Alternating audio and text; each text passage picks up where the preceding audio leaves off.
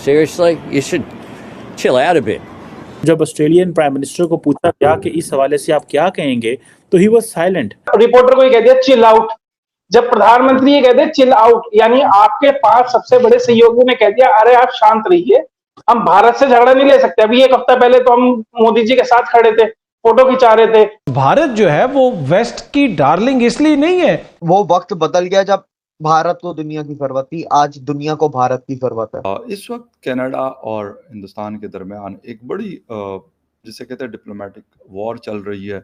अब इसका हिस्सा यूएस, ऑस्ट्रेलिया एंड इसके साथ साथ यूनाइटेड किंगडम भी बना, उनके भी स्टेटमेंट्स आए हैं, लेकिन इसका इम्पैक्ट क्या हो सकता है? बहुत देर से इंडिया और कनाडा का जो है ना वो टेंशन और जो है एक दूसरे से थोड़ा एस्ट्रेंज्ड होना, ये खासी पुरानी बात है। जो कनाडा ने ये हरकत करी है इंडियन डिप्लोमेट को सब कुछ करना, इसके बाद अंदाजा इनको भी है कि क्या क्या हो सकता है। अच्छे से इनको पता है। आप देखिए एक बात को, अमेरिका या फिर मैं कहूँ कि जो एक वो लॉबी है जो पूरे इस एरिया में डोमिनेट करती है, नॉर्थ अमेरिका पूरे कॉन्टिनेंट को डोमिनेट करती है, अमेरिका के थ्रू यानी कि यूएसए के थ्रू वो बात करते हैं भारत से दोस्ती की, भारत से मैत्री की, भारत के साथ सब कुछ अच्छे रिश्ते रखने की।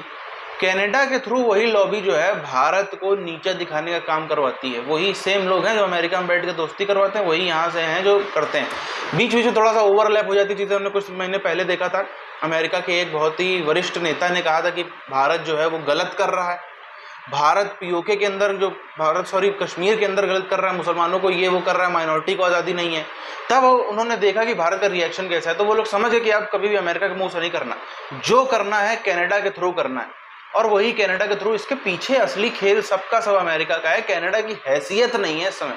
जो ऑस्ट्रेलियन प्राइम मिनिस्टर हैं, जो कि ही सीम्स वेरी बड़ा एक करीबी ताल्लुक़ नज़र आता है उनका इंडिया के साथ। और आपको याद है वो आए थे इंडिया और फिर प्राइम मिनिस्टर मोदी भी गए थे वहाँ पे, और उनसे एक सहाफ़ी ने पूछा कि आप जो बड़ा करीब थे और आपने मोदी को बॉस कहा था, दी बॉस कहा था, उस पे अभी you still believe it's right? Because Canada ने तो इल्ज़ाम लगा दिया है कि इंडिया जो है वो इन्वॉल्व है और उन्होंने इनका डिप्लोमेट को, रॉ के हेड को वहाँ पे निकाल दिया है।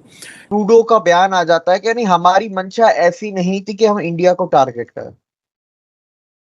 ठीक है, तो ये वो नया भारत है, ये कनाडा को भी दबा सकता है, ये यूके को भी दबा सकता है। और इंडिया ने ऐसे पास्ट में मजीद एग्जाम्पल्स, इंडिया ने अमेरिका को दबा दिया था, यूके को दबाया, इटली को दबाया। इंडिया किसी का आगे झुकता नहीं है। पहले तो मैं निज्जर का को थोड़ा बैकग्राउंड दे दूं, क्योंकि आज उसका बैकग्राउंड भी आ गया कि निज्जर कनाडा फेक पासपोर्ट पे गया था। फेक पासपोर्ट पर उसने असाइलम अप्लाई की, 11 दिन में उसकी असाइलम रिजेक्ट हो गई 1997 में। उसके बाद जब उसका ये कैंसिल हुई तो वहां पर उसने स्पॉन्सर मैरिज की। ठीक है, तो स्पॉन्सर मैरिज पे भी उसका रिजेक्ट हो गया। तो Canadian media is blasting Justin Trudeau के ये तुम जैसे कैनेडियन तुम कह रहे हो ये टेररिस्ट है और ये लीगली हमारे मुल्क में आया भी नहीं, तो इसको तुम किस तरीके से तुम कैनेडियन कह रहे हो? ये जो मसला है, कनाडा के वजीर आज़म ने अपनी पार्लियामेंट को चूज किया कि पार्लियामेंट के सामने खड़े होकर बुनियादी तौर पे उन्होंने पैगाम दिया कि अवाम के जितने नुमाइंदे हैं उनके सामने खड़े होकर उन्होंने दुनिया को ये बताया कि भारत इस किस्म की सरगर्मियों में मुलविस है कनाडा के अंदर। अब इससे आप अंदाजा लगा लें कि अगर भारत कनाडा के अंदर ये कुछ कर रहा है, तो जो हम अक्सर बिल्कुल ब्रश साइड कर देते हैं कि यार वो जब कहा जाता है कि जी इसमें कोई भारतीय हाथ हो सकता, हम कहते हैं नहीं यार ये तो बस कुछ इदारों का मौकिफ है या कुछ शख्सियात का मौकिफ है, ऐसा नहीं हो सकता। इस वक्त भारत जो है वो वेस्ट की डार्लिंग इसलिए नहीं है कि भारत में कोई इंसानी हकूक बहुत ज्यादा है या भारत के अंदर जमहूरी रिवायात कोई बहुत ज्यादा मजबूत हैं और वहां पे जो है वो हर किस्म के कानून के ऊपर अमल दरामद हो रहा है इसलिए मगरिब उसको पसंद करता है। नहीं, मगरिब की अपनी जरूरतें हैं, अमेरिका की अपनी जरूरतें हैं। वो इस खित्ते के अंदर चीन की हेजमनी नहीं कायम होने देना चाहता। उसकी ख्वाहिश है कि चीन को लोकली खित्ते के अंदर एंगेज किया जाए और उसमें भारत उनका पार्टनर है। अब ये ऑल्दो के बड़ा सीरियस वाकया है, पर मैं नहीं समझता क्योंकि जो खालिस्तान मूवमेंट है ना, जब पहले भी शुरू हुई थी तो उसका एक गढ़ जो था वो कनाडा से था, राइट। वो मिस्टर ढिलन थे, और इधर लंदन से थे जगजीत सिंह चौहान। ये 2 बंदे थे। तो तब से खालिस्तान मूवमेंट, क्योंकि वहाँ पे जो सिख कम्युनिटी है वो खासी बड़ी है, जो उनकी मेन कैबिनेट है उसके अंदर मौजूद है। तो प्राइम मिनिस्टर ट्रूडो जो हैं वो समझे जाते हैं इंडिया में that he is sympathetic to the Sikhs, और by virtue of that also to the Khalistan movement. उधर अपना कनाडा के अंदर इसमें कोई शक नहीं कि खालिस्तानी मूवमेंट के बहुत वहाँ पे एक्टिविस्ट हैं। कितनी उनकी सपोर्ट है सिखों में, I would not be able to से।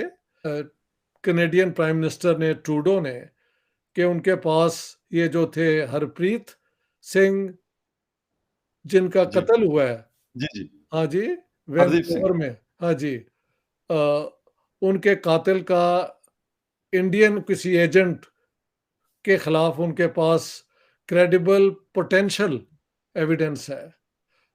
यानी पोटेंशियल का मतलब होता है कि अगर स्टडी किया जाए तो बहुत चांस है कि वो कंफर्म हो जाए।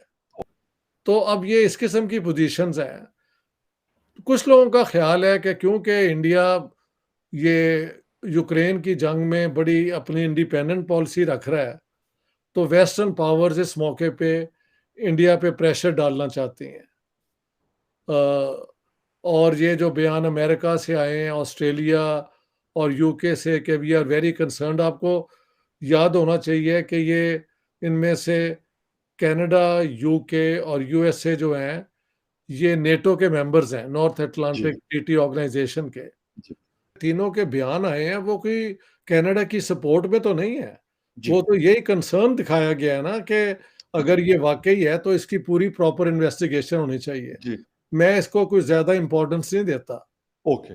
अगर वो ये ना बयान देते तो वो कैसे हो सकता था, क्योंकि वो सारे एलाइज हैं एक दूसरे के, और जी। ये एक इसी तरह की उनकी पॉलिसी होती है। हुँ। मैंने तीनों के बयान पढ़े हैं, वो यही है कि वी आर डीपली कंसर्न्ड या and proper investigation should be taken. लेकिन इसका मतलब ये भी तो है ना कि ट्रूडो का अगर इल्जाम बेबुनियाद है, तो फिर वो कनाडा को इस एतबार से इररिस्पॉन्सिबल करार देंगे। तो ये जो बिल्कुल। 3 बयान हैं, वो कोई इंडिया के खिलाफ नहीं जाते। अगर वो ये बयान उन्होंने देने ही देने थे। तो कनाडा को भी इस समय पता चल रहा है अच्छे से कि ये जो अमेरिका के कहने पर ये सब कर रहा है ना, क्योंकि मैं आपको बताता चलूं यहाँ पर एक बात, कनाडा वही कहता है, कनाडा वही दुनिया के अलग अलग देशों पे आरोप लगाता है जो अमेरिका नहीं लगा सकता। ये असलियत में अमेरिका के जलने भुनने की गाथा है, कनाडा की नहीं है। मैं क्यों आपको बोल रहा हूँ, बार बार आप देखो, ये स्वयं आप आंकड़ों को उठा के देखेंगे, कभी भी अमेरिका और कनाडा के बीच में युद्ध नहीं हुआ, कभी भी इन दोनों के बीच में फूट नहीं पड़ी, कभी भी इन दोनों ने एक दूसरे को बयान नहीं दिए। साफ तौर पर पूरी दुनिया के इकोनॉमिस्ट इस बात को मानते हैं, पूरी दुनिया के जो अलग अलग थिंक टैंक के लोग हैं वो इस बात को मानते हैं कि कनाडा सिर्फ इसीलिए हंस खेल रहा है। वो अमेरिका जो वियतनाम पे हमला कर देता है, जो अफगानिस्तान पे हमला कर देता है, जो दुनिया के एक छोटे छोटे देश पे हमला कर देता है, उसने कभी कनाडा के ऊपर हमला क्यों नहीं किया? अगर कनाडा के ऊपर हमला करेगा, पड़ोस में भी है, पास में भी है, सबसे नजदीक भी है और सबसे ज्यादा फायदा भी अमेरिका को होना था, मगर नहीं किया। क्यों? क्योंकि वो ऑलरेडी कठपुतली है। जिस तरह से बेलारूस रशिया के लिए है, जो रशिया बोलेगा बेलारूस वही करेगा, उसी तरीके से कनाडा जो है वो अमेरिका के लिए, यूनाइटेड स्टेट्स ऑफ अमेरिका के लिए, यूएसए के लिए है।